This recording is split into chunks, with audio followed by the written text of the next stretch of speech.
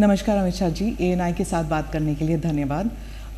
भारत एक किस्म से दो जंग लड़ रहा है, एक तरफ कोविड तो दूसरी तरफ चाइना की फ़ौज लद्दाख में हमें तंग कर रही है, घुसने की कोशिश कर रही है। तो आप जो है, आपकी सरकार जो है इन दोनों से जूझ रही है, इसलिए मैं सवाल पूछना चाहूँगी कि पहले तो कोविड के बारे में मैं एक बात स्पष्ट कर दूं, दोनों जंग हम जीतेंगे और जनता को आश्वस्त करना चाहता हूं कि मोदी जी के नेतृत्व में दोनों जंग जीतेंगे। परंतु आज मैं सिर्फ कोविड और विशेषकर दिल्ली की कोविड की परिस्थिति के लिए बात करने के लिए आपके सामने हूं, क्योंकि विगत 2 सप्ताह में दिल्ली में बहुत सारे कदम उठाए गए हैं, कोऑर्डिनेशन भी बढ़ा है और धीरे धीरे स्थिति को हम सुधारने का प्रयास कर रहे हैं।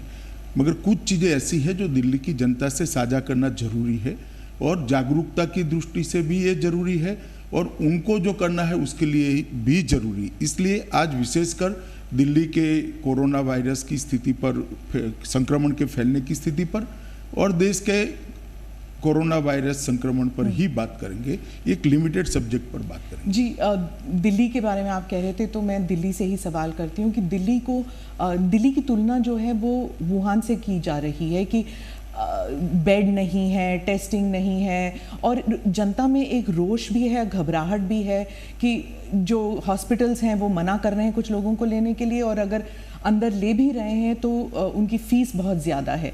तो इसको निपटने के लिए क्या किया जा रहा है? देखिए, मैं थोड़े चरणबद्ध आपके सभी सवालों के जवाब दूंगा, मगर पहले मैं एक स्थिति स्पष्ट कर दूं कि लगभग जून के दूसरे सप्ताह में दिल्ली के उप मुख्यमंत्री मनीष सिसोदिया का एक बयान आया।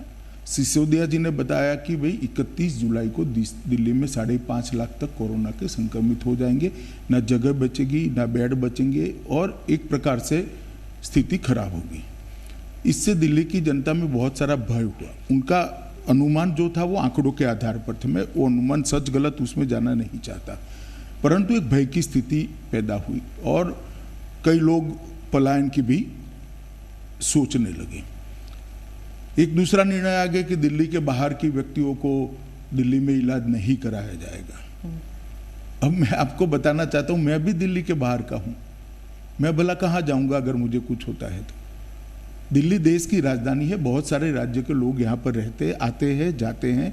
आसपास के राज्यों से, जैसे उत्तराखंड से, उत्तर प्रदेश से, हरियाणा से, राजस्थान से ढेर सारे लोग यहाँ बसते हैं। ऐसा करना संभव नहीं था, तो वो निर्णय को केंद्र सरकार ने बदला और ये तय कर दिया कि हर एक व्यक्ति का इलाज हर एक अस्पताल में होगा। और उसके बाद में मैंने 14 तारीख को एक कोऑर्डिनेशन की मीटिंग बुलाई और जो आप बात कर रहे हैं वो सारे फैसले कोऑर्डिनेशन की मीटिंग में हमने करे। एक कोऑर्डिनेशन की मीटिंग बुलाने की जरूरत इसलिए पड़ी कि दिल्ली का जो एडमिनिस्ट्रेटिव खाका है, इसमें 3, जहाँ तक कोरोना का सवाल है, 3 एडमिनिस्ट्रेटिव रोल 3 संस्थानों का आता है। तो दिल्ली सरकार स्वतः, दूसरा MCD 3 म्यूनिसिपल कॉरपोरेशंस और तीसरा भारत सरकार। तो ये तीनों के बीच में कोऑर्डिनेशन होना जरूरी था। तो वो मीटिंग का मुख्य उद्देश्य था, देश और दुनिया के कोरोना के खिलाफ की लड़ाई की बहुत सारी इंफॉर्मेशन भारत सरकार के तज्ञों के पास थी। जैसे डॉक्टर पॉल है, नीति आयोग के मेंबर हैं, हमारे डॉक्टर भार्गव हैं, ICMR के हैं और एम्स के डायरेक्टर गुलेरिया जी हैं। ये तीनों के पास पूरे देश भर की स्थिति और दुनिया भर की लेटेस्ट स्थिति की जानकारी थी। भारत सरकार काफ़ी कुछ मदद भी कर सकती है, दिल्ली सरकार का स्वास्थ्य विभाग और दिल्ली सरकार का मेन रोल है ही है। और अस्पताल बहुत सारे MCD के हैं, नीचे के कर्मचारियों की संख्या भी MCD की ज़्यादा है। तो एक व्यापक अभियान कोरोना के खिलाफ चलाना है तो तीनों ने मिलजुल कर काम करना पड़ेगा। तो मैंने मीटिंग बुलाई, इसमें दिल्ली के मुख्यमंत्री जी भी आए, उप मुख्यमंत्री जी भी आए, भारत सरकार के स्वास्थ्य मंत्री भी थे, ये तीनों डॉक्टर भी थे और बाद में MCD के मेयरों के साथ भी मीटिंग की। इसमें हमने बहुत सारे निर्णय लिए और आज मैं कह सकता हूँ विश्वास के साथ कि 5.5 लाख वाली स्थिति 31 जुलाई तक नहीं आएगी। पर ये क्राइसिस तक क्यों आया? क्योंकि अगर कोऑर्डिनेशन थी तो 14 जून वाली मीटिंग की क्या जरूरत थी? क्या पता नहीं था कि ये होने वाला है ऐसे? देखिए, आमतौर पर दिल्ली सरकार की जिम्मेदारी है कोऑर्डिनेशन करने की और व्यवस्थाओं को ठीक करने की। मगर जब मनीष जी का बयान आया तब मुझे लगा कि अब भारत सरकार को प्रेक्षक नहीं बनाना चाहिए। मोदी सरकार की पूरे देश की जवाबदारी, प्रधानमंत्री जी की पूरे देश की जवाबदारी। प्रधानमंत्री जी ने भी मुझे कहा कि भाई गृह मंत्रालय ने इसमें इनिशिएटिव लेकर आगे बढ़ना चाहिए, दिल्ली सरकार को मदद करना चाहिए। आज भी मैं स्पष्ट कर रहा हूँ, दिल्ली सरकार को हम मदद कर रहे हैं, परंतु कोऑर्डिनेशन जब तक नहीं होता, इसलिए भारत सरकार ने इसमें कोऑर्डिनेशन की दृष्टि से हस्तक्षेप तो नहीं कह सकते, मगर एक मीटिंग बुलाकर काम करना शुरू किया। इसमें जो कमियां हमारे ध्यान पर आई, व्यापक चर्चा के, कुछ दिल्ली सरकार ने भी मुद्दे रखे, कुछ जो एक्सपर्ट्स थे उन्होंने रखे, कुछ एमसीडी के मेयरों ने रखे, क्योंकि दूसरे ही दिन मैंने मेयरों के साथ भी मीटिंग की, ऑल पार्टी लीडर्स के साथ भी मीटिंग की, और सबके जो सुझाव है इसके आधार पर हमने बहुत सारे निर्णय करे। सबसे पहला निर्णय करा कि 30 जून तक कंटेनमेंट जोन के हर घर का सर्वे हो जाएगा। इसमें हल्का सा भी लक्षण है जिसमें कोरोना का खांसी भी है, जुकाम है, बुखार है, कुछ भी है, सर दर्द है, सूंघने की क्षमता चली जाएगी है, टेस्ट चला गया है, ये सारे लोगों की सूची तैयार करी और हमने मास लेवल पर टेस्टिंग बढ़ाया। पहले मैं बाद में टेस्टिंग पर आऊँगा, मगर मास लेवल पर टेस्टिंग बढ़ाया और मुझे भरोसा है कि ये 30 तारीख तक हम पूरा कंटेनमेंट जोन का टेस्टिंग कर देंगे और बाद में 21 जुलाई को तय किया कि पूरे दिल्ली का हाउस टू हाउस सर्वे करेंगे, जिसको थोड़ा सा भी कोरोना का भय हो उसका टेस्टिंग किया जाए और कम से कम उसको आइसोलेशन में डालने से वो फैलाए नहीं। ताज्जुब तो इस बात की हो रही थी कि आप होम मिनिस्टर हैं, गृह मंत्री हैं, तो गृह मंत्री होने के नाते आपको हर स्टेट, हर राज्य को देखना है, गुजरात हो, महाराष्ट्र हो, लेकिन दिल्ली में ऐसी क्या केओस वाली सिचुएशन आ गई। और इंग्लिश में एक कहावत है, too many cooks spoil the broth, कि एक तरफ चीफ मिनिस्टर हैं, एक तरफ लेफ्टिनेंट गवर्नर हैं, उस पर आप भी आ गए, तो इसमें तालमेल अब बढ़ा है। जरा भी कोई खींचातानी नहीं है, बिल्कुल। मैं आपको आंकड़ों के आधार पर बता सकता हूं कि परिस्थिति कंट्रोल में। दिल्ली सरकार ने हमें कहा था कि भाई एम्बुलेंस बढ़ानी है, ऑक्सीजन सिलेंडर बनाने हैं, वेंटिलेटर बनाने, हमने 500 ऑक्सीजन सिलेंडर इमीडिएटली दे दिए, 10,000 के करीब ऑक्सीनोमीटर दे दिए, 440 वेंटिलेटर दे दिए हैं, और भी ज़रूरत पड़ेगी तब देते जाएंगे। और एम्बुलेंस के लिए भी दिल्ली सरकार को अधिकृत किया गया है कि वो ओला, उबर और ऐसी कंपनियों के साथ मिलकर एम्बुलेंस की व्यवस्था करें, और ये अच्छे से चल रहा है। सबसे आपको ताज्जुब होगा, सबसे बड़ी खराब परिस्थिति डेड बॉडीज की थी। लगभग 400 से ज़्यादा, 350 से ज़्यादा डेड बॉडीज संस्कार बगैर के पड़े रहे थे। हमने तय किया था कि 2 दिन के अंदर सभी डेड बॉडीज का अंतिम संस्कार कर दिया जाएगा अपने अपने धर्म के हिसाब से, और आज एक भी डेड बॉडी पेंडिंग नहीं है। और जिनका दुर्भाग्य से मृत्यु होता है उसका हमने तुरंत ही उसी दिन शाम तक संस्कार हो जाए ऐसी व्यवस्था करी है और अच्छे से चल रही है। इसमें एमसीडी का बहुत बड़ा रोल है, दिल्ली सरकार का भी रोल है। दूसरी बहुत सारी कंप्लेंट्स आ रही थी स्मिता जी की, अस्पतालों की स्थिति ठीक नहीं, उनको गाइडेंस चाहिए, तो एम्स के टेलीफोनिक गाइडेंस की हमने व्यवस्था कर दी। अस्पताल से कोई भी व्यक्ति वो डेडिकेटेड नंबर पर फ़ोन करता है तो एम्स के विशेषज्ञ वहाँ उपस्थित होते हैं, वो पेशेंट की हालत को टेलीफोनिकली जानकर वो डॉक्टर जो दिल्ली सरकार के अस्पताल का है इसको गाइड करते हैं और तुरंत ही सर्वश्रेष्ठ इलाज की दिशा में उसको हम आगे बढ़ाते हैं।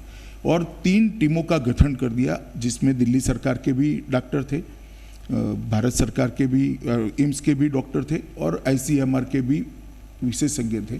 उन्होंने सभी अस्पतालों का निरीक्षण कर स्थान पर जाकर जो कमियां थी उसको दूर करने के लिए कदम उठा लिए। आप कल्पना कर सकती है, हर वार्ड का सर्वे, हर वार्ड की सिस्टम को हमने ठीक करने का काम किया है। और इसके लिए मानव संसाधन भी बढ़ाए हैं और कर्मचारियों को वित्तीय प्रोत्साहन देने के लिए भी दिल्ली सरकार ने अच्छा कदम उठाया है। मानव संसाधन की बात चल रही है, तो क्या ये अभी जैसे आपने 10,000 बेड्स का खोला है, 5,000 बेड्स, इन सब के लिए वेंटिलेटर्स और नर्सिंग स्टाफ, डॉक्टर्स, ये सब उपलब्ध हैं कि इनके लिए एडवर्टाइजिंग तो हमने देखे नहीं है, तो कहाँ से आएंगे इन? देखिए ऐसा है, हमने स्टाफ, मैं बताता हूँ आपको कहाँ से आएंगे। जो रिटायर्ड कर्मचारी थे उनकी पूरी लिस्ट बनाई गई है, एक कॉल सेंटर से उनका संपर्क किया गया है, उनको वापस लाने के लिए करा है और बहुत सारे रिटायर्ड कर्मचारियों को लाए हैं। पैरामिलिट्री फोर्सेस के मेडिकल टीमों को लगाया गया, जैसे अभी एक 10,000 बेड का जो कोविड सेंटर बन रहा है, वहाँ पर पूरा ITBP लगा। 16,000 बेड रेलवे बना रही है, उसका पूरा सेना ने जिम्मा लिया है। ये सारी चीज़ें हमने मेडिकल सुविधाएं, मानव संसाधन बढ़ाने के लिए करी है।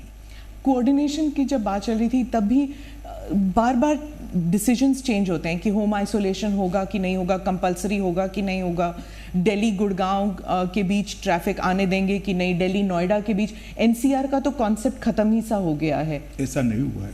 जहाँ तक कोविड का सवाल है, NCR की भी मैंने मीटिंग की है, NCR के सारे लोग आए थे, इनके साथ मीटिंग की है और अभी दिल्ली का जो मॉडल बना है, मैं दोनों मुख्यमंत्रियों से बात करने वाला हूँ। अरविंद जी तो लुक में है ही है, उनको साथ में रखकर ही फैसला करते हैं, परंतु उत्तर प्रदेश और हरियाणा के मुख्यमंत्रियों से भी बात करूंगा और NCR को पूरा संपूर्ण जानकारी अब तक इकट्ठा हो गई है, गृह मंत्रालय में और स्वास्थ्य मंत्रालय में आ गई। एक समन्वित रणनीति हम बनाएंगे NCR के लिए, दोनों मुख्यमंत्रियों से बात कर और इसी तरह से टेस्टिंग बढ़ाना, अस्पतालों का गाइडलाइन तय करना, ये सारी चीज़ें NCR में भी चली जाएगी।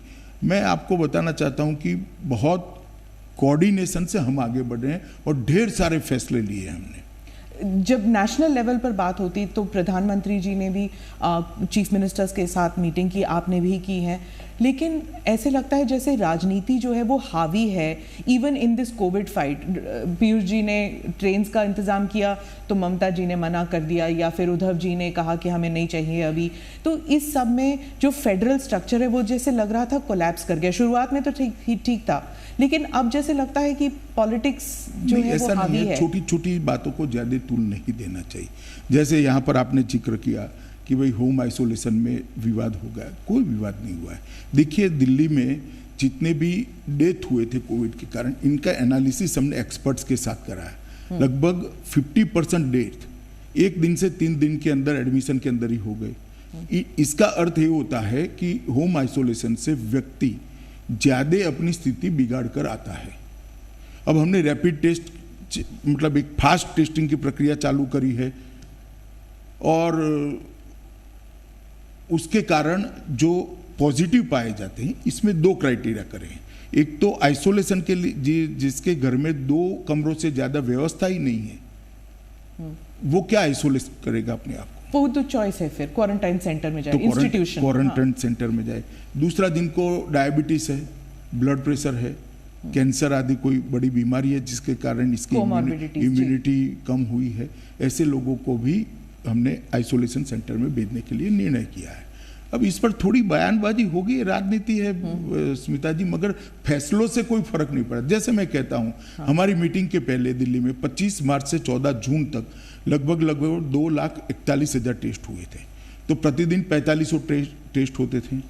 अब 15 जून से लेकर 25 जून तक 11 दिनों में 1,75,141 टेस्ट हुए, तो प्रतिदिन 16,000 टेस्ट हुए, तो 4.5 गुना टेस्ट की बढ़ोतरी करी है हमने। इसीलिए नंबर बढ़े हैं।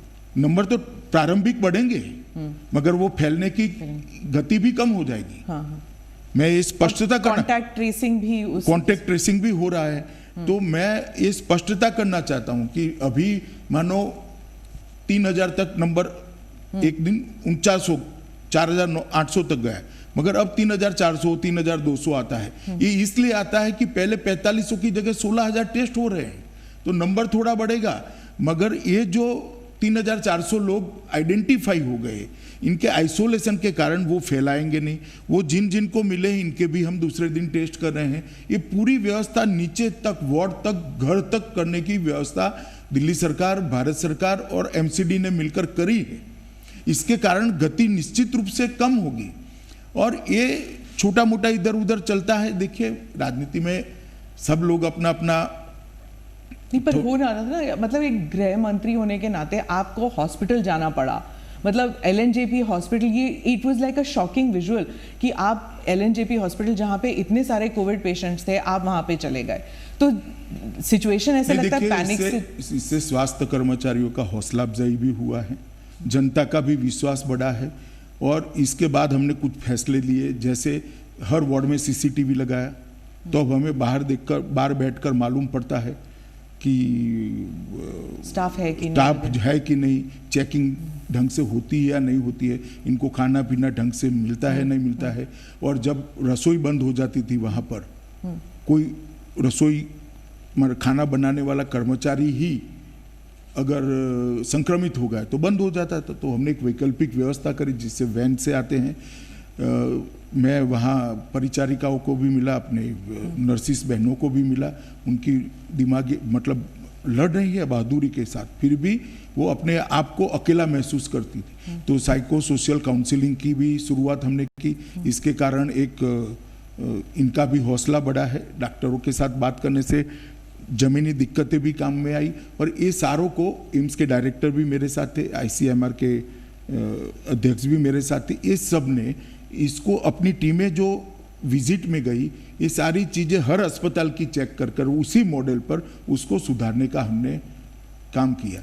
एक बाहर बोर्ड लगा दिया गया, इलेक्ट्रॉनिक डिस्प्ले, और बेड का रियल टाइम स्टेटस हर घंटे वहाँ होता है, जिससे कोई मरीज को न बोल सकें।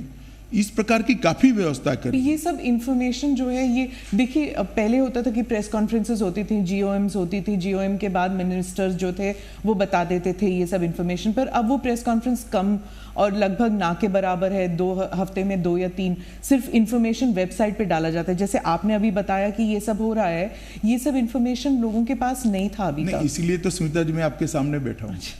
सर, दिल्ली सरकार ने कहा है कि अनऑफिशियली कह रहे हैं कि कम्युनिटी ट्रांसमिशन दिल्ली में हो चुकी है, लेकिन ये जो है ये ऑफिशियली सिर्फ सेंट्रल गवर्नमेंट कह सकती है। तो क्या ये सही है कि दिल्ली में कम्युनिटी ट्रांसमिशन हो चुका है कोविड का? देखिए, मैं कुछ भी छिपाना नहीं चाहता, और छिपाने से आगे का रास्ता भी संकरा होता है, खुलता नहीं है। मैंने इसकी 3 सबसे सीनियर अफसरों से बात करी है, डॉक्टर पॉल, ICMR के अध्यक्ष डॉक्टर भार्गव और डॉक्टर गुडेरिया से। अभी ये स्थिति दिल्ली में नहीं आई है। ऐसी स्थिति इसलिए दिखाई देती थी क्योंकि करे हुए टेस्टों में 30% पॉजिटिव आते थे, मगर वो इसलिए आते थे कि आप अंतिम समय में ही टेस्ट में ले जाते थे। अब जब हम 20,000 टेस्ट करने लगे तो ये स्थिति नहीं है। आप मेरी बात समझ रही? जी जी। और जरा भी, और मैंने इसकी टेक्निकल चर्चा भी की है, और किसको कहा जाएगा ये भी चर्चा करिए। आज दिल्ली में ऐसी स्थिति नहीं है, घबराने की जरूरत नहीं है। जी, आप गृह मंत्री हैं, इसलिए मैं आपसे बोलूंगी कि जो पिछले हफ्ते एक हैशटैग जो था वो वायरल हो गया था, जो पाकिस्तान और चाइना के हैंडल्स भी कर रहे थे, सरेंडर मोदी, जो इंडियन पॉलिटिकल हैंडल्स ने शुरू किया था, लेकिन ये सब पाकिस्तान में भी वायरल हो गया। चाइना के ट्विटर हैंडल्स, जो चाइना में ट्विटर है भी नहीं, लेकिन चाइना के सो कॉल्ड ट्विटर हैंडल्स वो भी वायरल कर रहे थे। तो जो एंटी इंडिया प्रोपेगेंडा है, उसके लिए क्या हम सक्षम हैं? भारत सक्षम है? पूरी तरह से सक्षम है, मगर दुख तब जो होता है, इतने बड़े राजनीतिक दल के पूर्व अध्यक्ष इतने संकट के समय में इतनी ओछी राजनीति करते हैं, तब दुख होता है। इससे कोई फर्क नहीं पड़ता। वो उनके लिए आत्मचिंतन का विषय है। इनके हैशटैग को पाकिस्तान और चीन आगे बढ़ा रहा है, मेरे लिए नहीं है। कांग्रेस पार्टी के लिए चिंता का विषय है कि इनके नेता के हैशटैग को पाकिस्तान और चीन बढ़ावा दे रहा है। आप ऐसी बात करते हो जो पाकिस्तान और चीन पसंद करता है, और ऐसे संकट के समय में जी पार्लियामेंट होनी है, चर्चा करनी है तो आइए करेंगे। 62 से लेकर आज तक 2-2 हाथ हो जाए, कोई नहीं डरता चर्चा से। मगर जब देश के जवान संघर्ष कर रहे हैं, सरकार एक स्टैंड लेकर ठोस कदम उठा रही है, उस वक्त पाकिस्तान और चीन को खुशी हो इस प्रकार के स्टेटमेंट देना किसी ने नहीं करना चाहिए। कभी मुझे लगता है हम अपने इंटरव्यू के दायरे से स्मिता जी बाहर जा रहे हैं। मैं थोड़ा आपके सामने सोचा शायद आप भूल गए हो। नहीं, मैं नहीं भूला हूँ। मैं ठीक से मैं दिल्ली की जनता के लिए यहाँ पर आया हूँ, दिल्ली की जनता को आगाह करने के लिए आया हूँ। मैं सबसे पहले बताऊंगा कि बेड्स की स्थिति में कैसे परिवर्तन हुआ है। 14 जून को टोटल 9,937 बेड थे, आज 30,000 बेड की व्यवस्था हो चुकी है। तो अगर सपोज मेरे को कोविड हो तो क्या मैं अगर किसी भी हॉस्पिटल में जाऊं तो मुझे मना किया जाएगा कि पहले नेगेटिव सर्टिफिकेट ले आइए, या फिर आपके पास इंश्योरेंस है कि नहीं, ये सब पूछेंगे, या मुझे भर्ती कर दिया जाएगा? प्राइवेट अस्पतालों के विषय पर मैं बाद में आता हूँ जी। किसी भी कोविड पेशेंट के लिए भारत सरकार, दिल्ली सरकार और म्युनिसिपल कॉरपोरेशन के कोविड के लिए जो रेखांकित किए हैं वो सारे अस्पताल उपलब्ध है। कोई सर्टिफिकेट नहीं मांगा जाएगा। कोविड पॉजिटिव का सर्टिफिकेट मांगा जाएगा, वो तो जरूरी है, क्योंकि आप अगर कोविड पॉजिटिव नहीं है और कोविड अस्पताल में जाओगे तो आपको भी कोविड लग सकता है। तो मैं जो बात कर रहा हूँ कोविड बेड्स की बात करता हूँ। 30 जून तक हमने 30,000 बेड बन जाएंगे। रेलवे कोचिस के अंदर 8,000 बेड बने और 8,000 की तैयारी है, मगर मैं अभी 8,000 ही गिन रहा हूँ। DRDO एक एक्सक्लूसिव कोविड अस्पताल बना रही है जिसमें 250 ICU बेड भी होंगे, विथ वेंटिलेटर होंगे, वो अलग से बने हैं। और 10,000 का ITBP संचालित राधा स्वामी सत्संग न्यास के बड़े कैंपस के अंदर बारिश की सीजन को ध्यान में रखकर हमने बेड बनाए हैं, इसको ITBP संचालित करने वाली। कुल मिलाकर 30,000 बेड है। तो अभी भी जो 9,937 दिल्ली सरकार ने पहले व्यवस्था करी वो भी पूरे भरे नहीं है। तो दिल्ली सरकार ने ऐसा नहीं है कि व्यवस्था नहीं करी थी, उनके भी खाली ही थे, परंतु हमने आगे अगर स्थिति बिगड़ती है तो क्या होगा इसका एडवांस प्लानिंग किया। अब मैं आता हूं रेट पर। यह फरियाद दिल्ली के काफी लोगों की आती थी कि भाई प्राइवेट अस्पताल मनमाने रेट्स ले रहे हैं। तो मेरी मीटिंग में एक निर्णय दिया गया था कि डॉक्टर पॉल की अध्यक्षता में कुछ डॉक्टरों की कमेटी बनेगी, वो प्राइवेट अस्पतालों को भी सुनेंगे, देश भर की बेस्ट प्रैक्टिसेस को भी कंसीडर करेंगे, और कोविड पेशेंट को ट्रीटमेंट करने के लिए क्या एक्स्ट्रा खर्च लगता है, जैसे PPE किट का खर्च लगता है, कुछ खाना बना, ब्लड टेस्ट ये वो, और दूसरा कुछ लोगों को ज़्यादा उनको पैसा भी देना पड़ता है रिस्क के कारण, इंश्योरेंस लिया है सबने। तो ये सारा का मिल मिलाकर क्या फर्क पड़ता है इसको देखकर उनके रेट कंसीडर करने के लिए हमने एक कमेटी बनाई थी। आइसोलेशन बेड के रेट जो 24,000 से 25,000 तक थे पहले, आज दिल्ली के कोई भी अस्पताल में कोविड पॉजिटिव पेशेंट जाएगा तो 8,000 से 10,000 में बेड उपलब्ध कराए। पर वो एडिशनल्स होते हैं ना? नहीं, कोई, सुन लीजिए आप, मैं पूरी बात बताता हूँ, पहले आप मेरा पूरा सुन लीजिए। बिना ICU, बिना वेंटिलेटर का जो ICU है, इसके पहले रेट थे 34,000 से 43,000, एवरेज में कह रहा हूँ। अब 13,000 से 15,000 किया गया है, और ICU वेंटिलेटर के साथ 44,000 से 54,000 का बेड का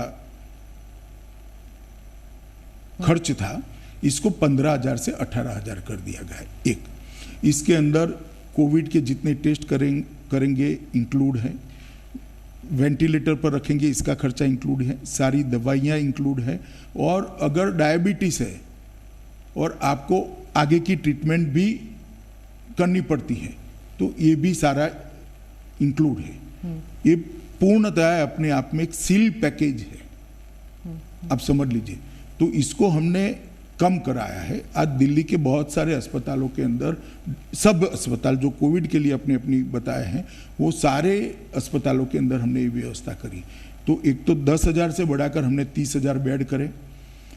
रेट को हमने लगभग कई जगह 1/3 कर दिया, कई जगह आधा कर दिया है। तो ढेर सारी व्यवस्थाएं करी हैं, और 21 जून से फिर से इसका रिव्यू करा, 14 जून की मीटिंग के बाद।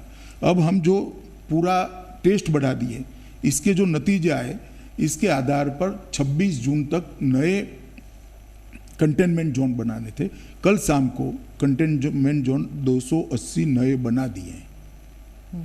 तो कंटेनमेंट जोन को रीडिफाइन किया गया है, क्योंकि अब टेस्ट ज्यादा करने के बाद स्थिति अलग। पूरी दिल्ली हो जाएगी पूरी कंटेनमेंट? दिल्ली नहीं हुई है, पूरी दिल्ली नहीं। आप इतने सारे केसेस होंगे तो फिर कंटेनमेंट। स्मिता जी, मैं आपको और दिल्ली वालों को आश्वस्त करना, इतने सारे कंटेनमेंट जोन बहुत छोटे छोटे बनाए हैं, परंतु पूरी दिल्ली नहीं होगी और इस पर जल्दी काबू कर लिया जाएगा।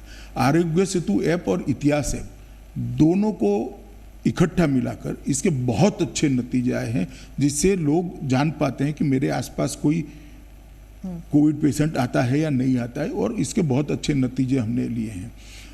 और ये जो सारी चीज़ें थी, इसके साथ हमने एनजीओ को भी जोड़ा है। इन्होंने भी अपने आइसोलेशन सेंटर चालू की हैं, और एनसीसी, एनएसएस और स्काउट और सामाजिक संस्थाओं को भी जोड़ने का काम किया। लगभग 6000 वॉलंटियर हमें तैयार मिल गए हैं। दिल्ली की जनता को मैं आश्वस्त करना चाहता हूं, देश का प्रधानमंत्री आपकी हर चीज़ की चिंता कर रहा है, पल पल की जानकारी उनको मिल रही है, वो सामने से भी इसकी परीक्षा करें।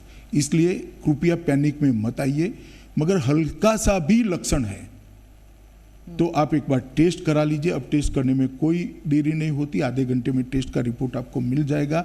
और अगर ज़्यादा बुखार है, ज़्यादा जुकाम है, तो कृपया आप आइसोलेशन सेंटर में शिफ्ट हो जाइए।